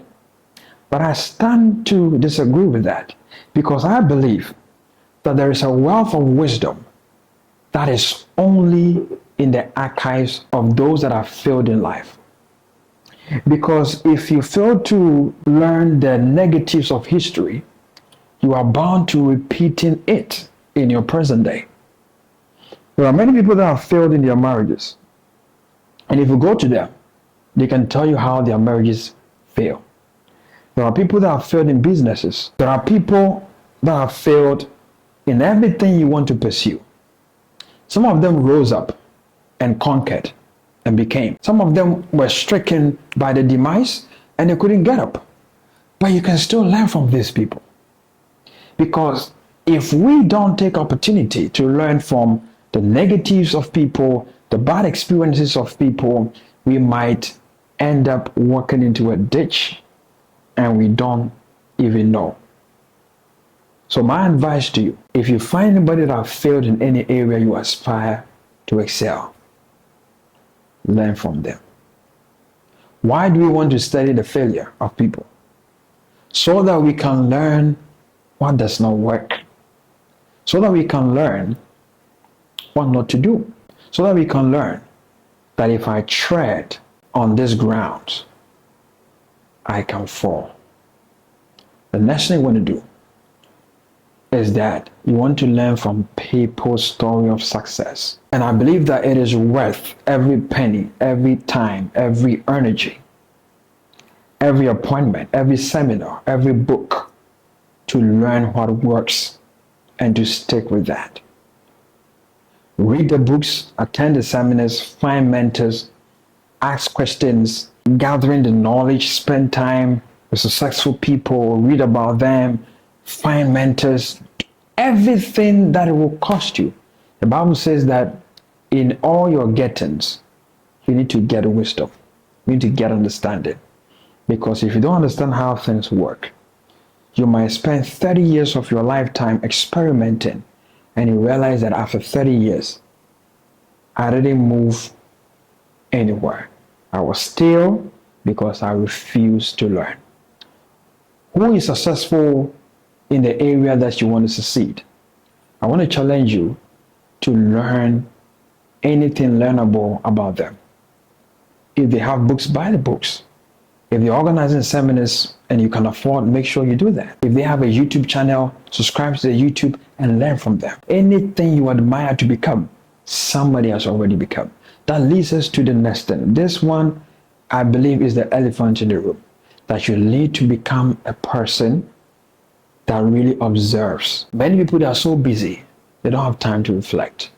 They don't have time to observe anything. Did you know that just you being a meticulous observer can cause you to shift in how you do business with people, in how you transact business with people, on how you work with God, on what to do, what not to do, businesses not to ever do, businesses to do based on our dispensation. You should never allow another 24 hours to bypass you without at least finding one answer to the many questions you have. You need to understand the trends. You need to understand the new techniques of doing things.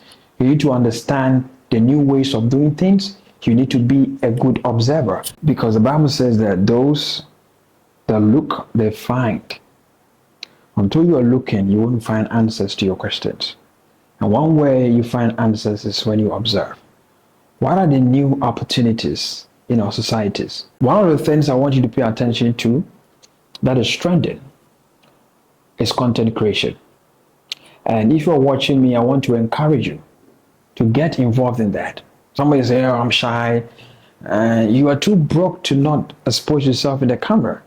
You are too broke not to post contents online. All you have to do is find something you love to talk about and create contents about it.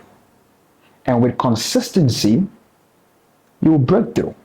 After a couple of years, maybe it will take you 5, maybe it will take you 2, but it's a long-term investment. I believe that content creation is one vehicle to wealth creation in our generation today. But many people are shy.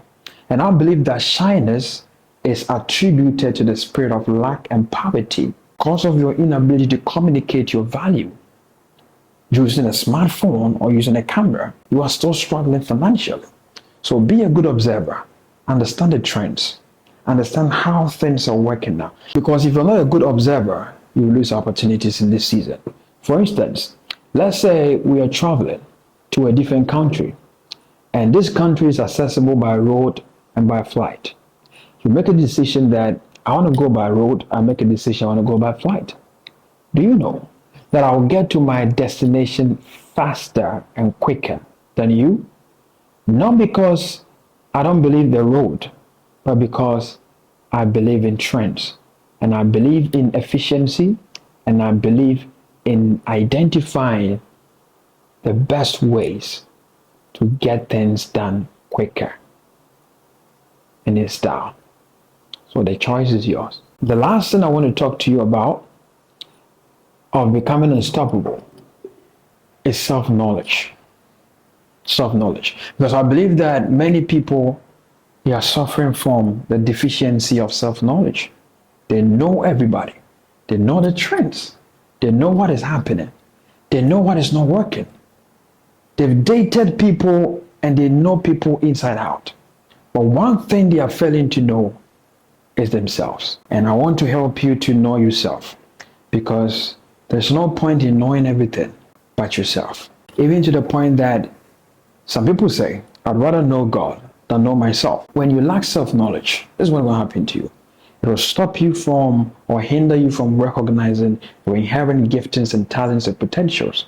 Number 2, your lack of self-knowledge is the reason why you have a poor attitude towards yourself. Many people, they don't know how to be soft and good and gentle to themselves. Everything they are going through in life is just a mere reason of their inability to appreciate themselves. Number 3, your lack of self-knowledge is why we are so quick to see the value in people, but we struggle to see the value in our own lives. They struggle to see the value, and we are reluctant to see the value in ourselves. So I want to take you through a series of tests that will help you to know yourself. Maybe you think you know yourself, but after this test, you realize that you don't really know yourself. We want to discover your core strength. Okay, so the first question: what do people say that I am naturally good at? Or what do people say you are naturally good at? What is one thing about you that people say you have a knack at executing this A and B? What is it? Number two, what skill comes to you effortlessly without you even trying? What are the skills that comes to you? What are the things you do? It's a grace God has endowed over you. Number three, which activities make you feel confident and you feel like you're in control? I'm going to give you 1 minute to answer these three questions, and then we'll continue with our next one.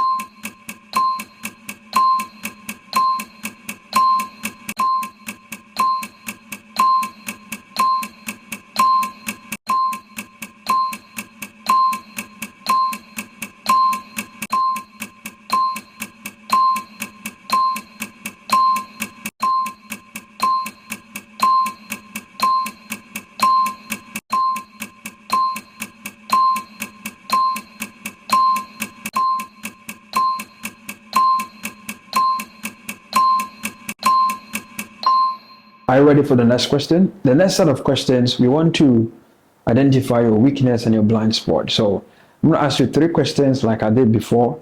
Question number one, what task do I struggle with the most? What task do you struggle with the most? Number two, what habits or fears hold you back from growth?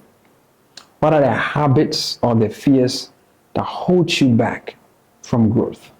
Number three, what feedback have you ignored or resisted? What is one feedback people keep telling you, but you're not paying attention to it? It could be something that could save your life if you give it attention. Out of three witnesses, a matter is established. So maybe they are right. Maybe you are mean. Maybe you are unforgiving. Maybe you are lazy. Maybe you lack discipline. What is one thing that people keep telling you as feedback to your business, to your company, to your spirituality that you've been ignoring? 1 minute.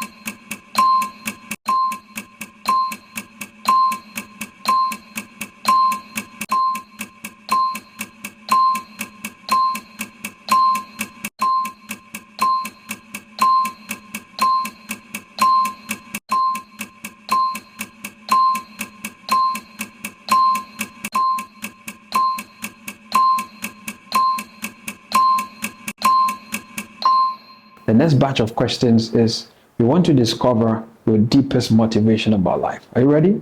First question, what drives me to keep pushing forward? What is the thing that keeps driving you, encouraging you, urging you to keep pushing forward in life? Question number two, do I seek success for validation? Do I seek success for impact? Or I seek success because of financial stability? Amongst these three, why do you seek success? Question number three, would I still pursue my goal, my current goal, if no one was watching or nobody ever recognized? Yeah. Will you still do what you're doing even if nobody recognizes you? Even if nobody says thank you? Even if nobody sees you? Will you still do it? I'm going to give you 1 minute to go over the questions real quick and provide answers for it.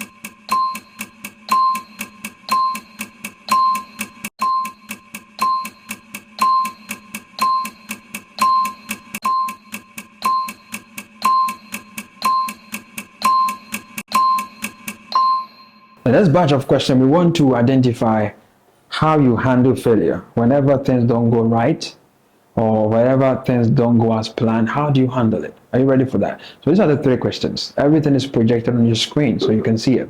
Number 1, do I see failure as the end of my story or the end of my life, or I see failure as a lesson?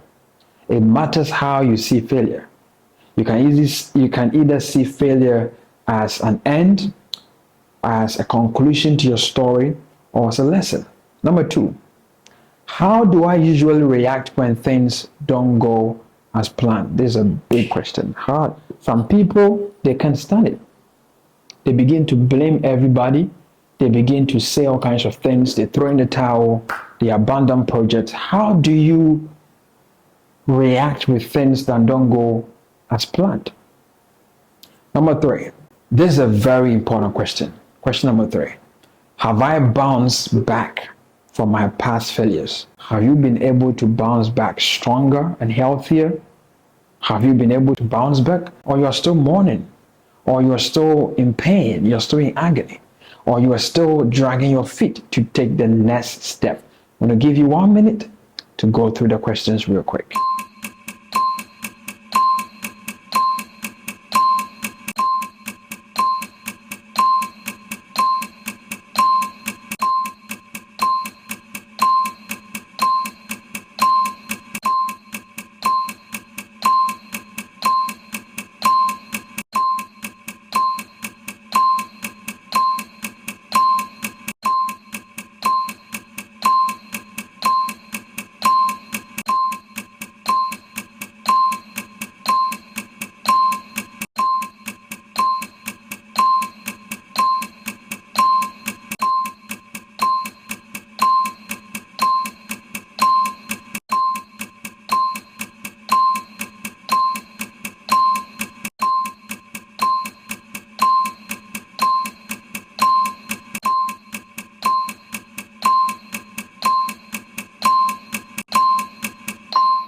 I want you to identify your daily actions, your daily routine, because I believe that success is hidden in your daily routine. So the first question I want to ask you, am I spending time on things that lead to success?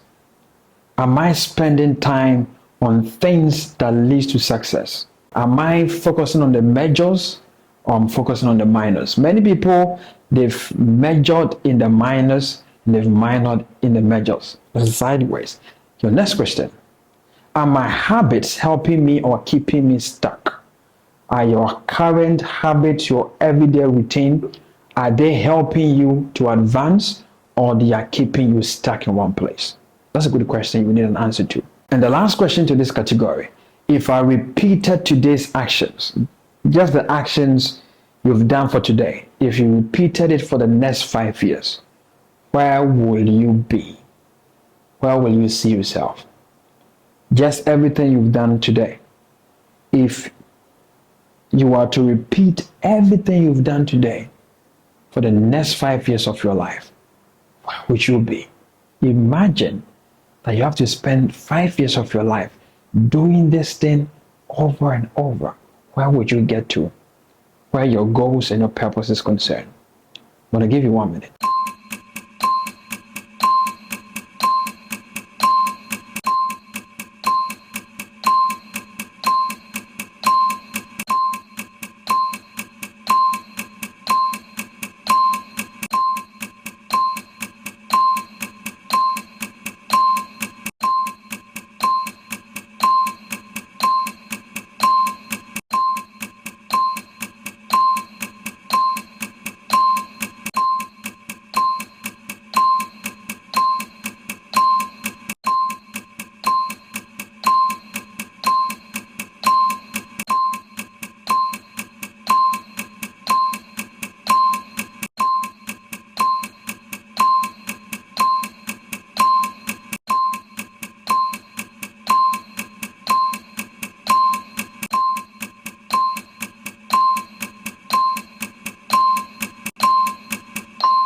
The next batch of questions, I hope you're answering them.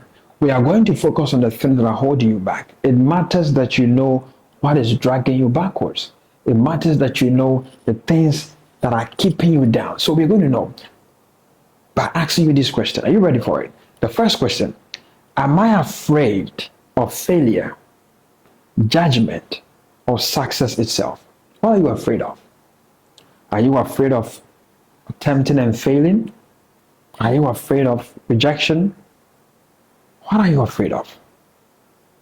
If what you are afraid of is not written in failure, judgment, and success, you can write it down.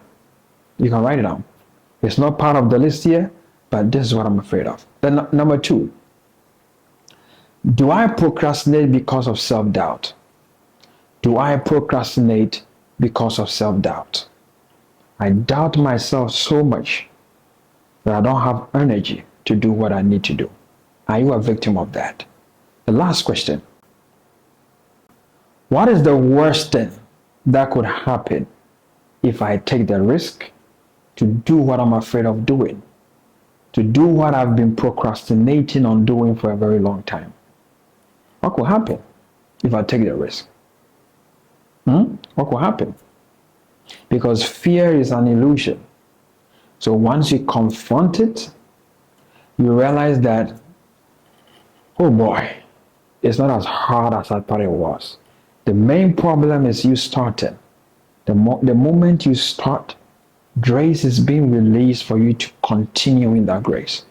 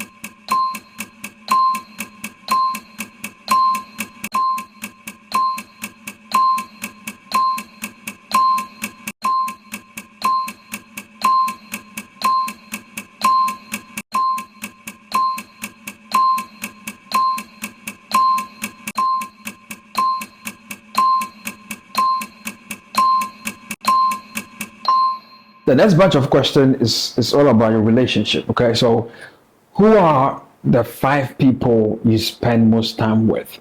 So I want you to envision the 5 people you are always around, whether on phone, whether through text messages, whether through personal encounters, whether you live with them in the same house. Your 5 circle, the 5 people in your circle. And you want to ask questions about them. Are you ready for the questions about these 5 people? Number 1, do they inspire me or they drain me? It's a good question. Do they inspire you or they drain you? It's a simple yes or no. The next question, these 5 people, are they ambitious or they are stuck in mediocrity or they've settled in life? Think about them. Your 5 best friends, the 5 people you spend time with. Do you think they've settled or they're still striving to become better and better each passing day? Answer that. The last question is very interesting. Amongst these 5 people, is there anyone among them that I would trade my place with them in terms of mindset and in terms of success? In other words, judging from their mindset and their level of success, is there anyone in your circle that you would want to be like, you aspire, motivate you? It's very important because your influence is mainly coming from your circle. And if you are the smartest person, you are in the wrong group.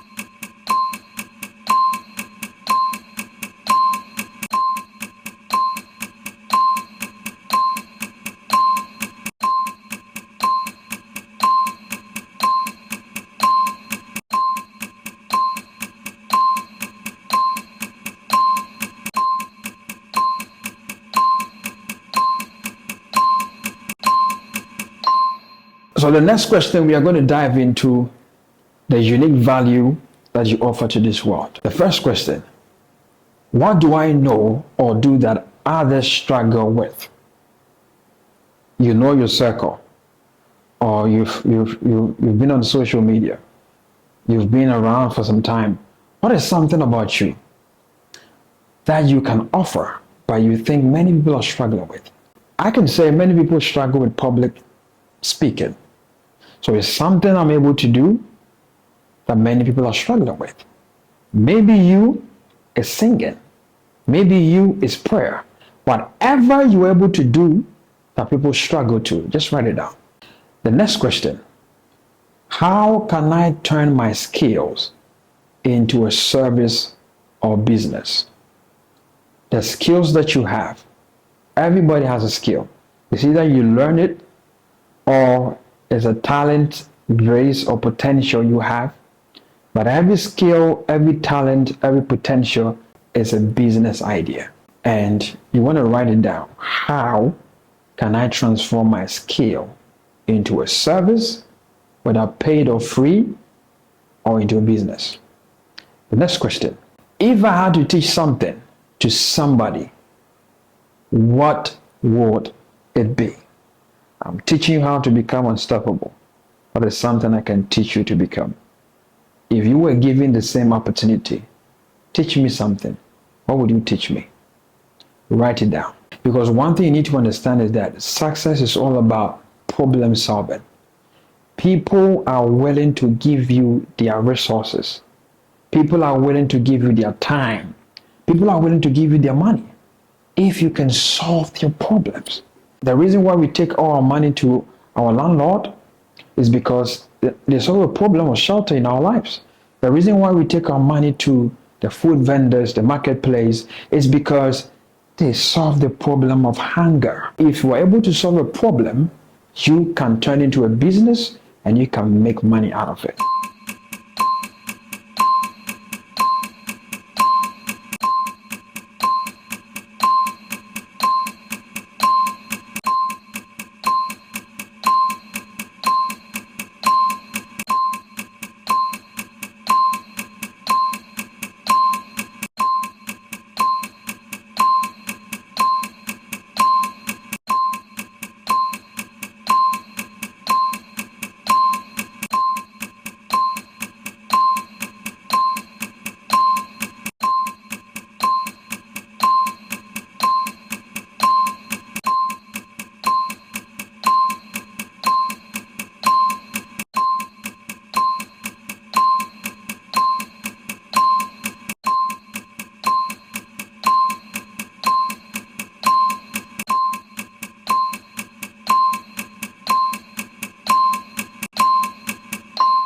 That leads us to the last batch of questions for tonight. And these are the questions. This is a quest of you knowing yourself. If money, time, and fear weren't the issue right now, what dream would I chase? If you never have to worry about time, if you never have to worry about money, if you never have to worry about fear, if you never have to worry about any anxious thought, what dream would you be pursuing now? Write it down. Number 2, what's stopping you from starting today? There's so many projects that people started, they never finish. There's so many projects that people have, they never start.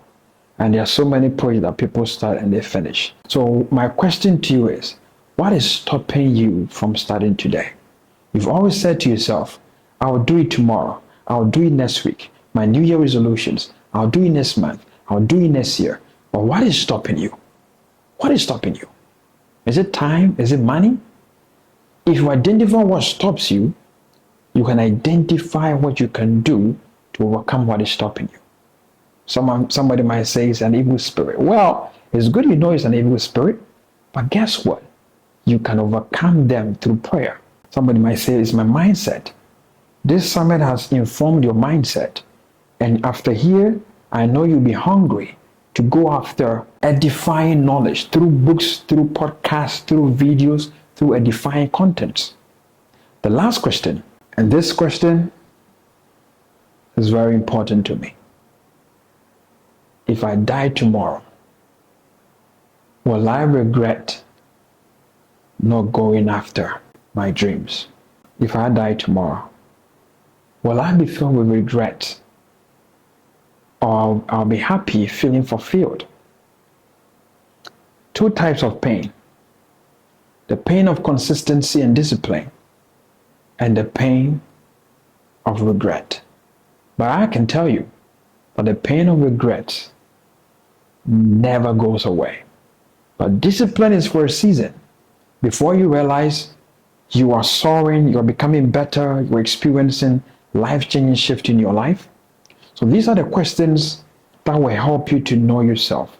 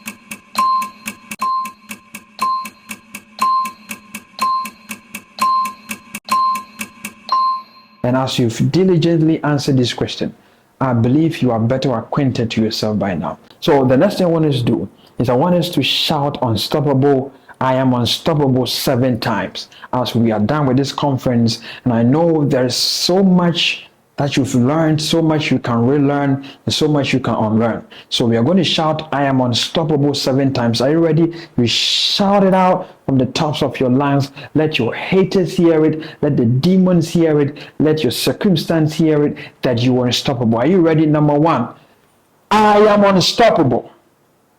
Are you ready for number 2? Number 2, I am unstoppable. Are you ready for number 3? I am unstoppable. Are you ready for number 4? I am unstoppable. Are you ready for number 5? I am unstoppable. Are you ready for number 6? I am unstoppable. Number 7, I want you to add some attitude to it.